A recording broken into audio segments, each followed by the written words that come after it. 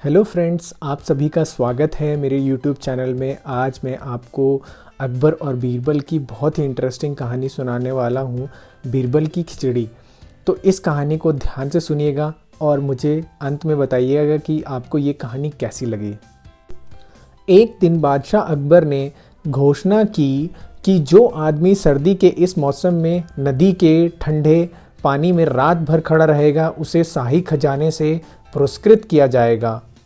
इस घोषणा को सुनकर एक गरीब धोबी ने सारी रात नदी में खड़े खड़े बिता दी और अगले दिन बादशाह के दरबार में आकर इनाम मांगने लगा। बादशाह ने उस धोबी से सवाल किया, क्या तुम बता सकते हो किस शक्ति के सहारे तुम रात नदी में खड़े रहे? धोबी ने अदब के साथ जवाब दिया, आलम पनाह, मैं कल सारी रात महल की छत पर जलते हुए चिराग को देखते रहा। उसी की शक्ति से मैं सारी रात नदी में खड़ा रह सका। बादशाह ने उसका जवाब सुनकर कहा, इसका मतलब तो यह हुआ कि महल की रोशनी की आंच की गर्मी के कारण तुम सारी रात पानी में खड़े रह सके, इसलिए तुम इनाम के सच्चे हकदार नहीं हो।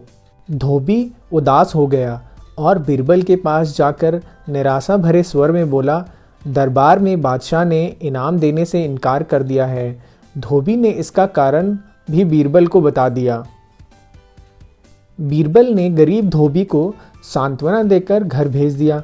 बादशाह ने अगले दिन बीरबल को दरबार में न पाकर एक खादिम को उन्हें बुलाने के लिए भेजा।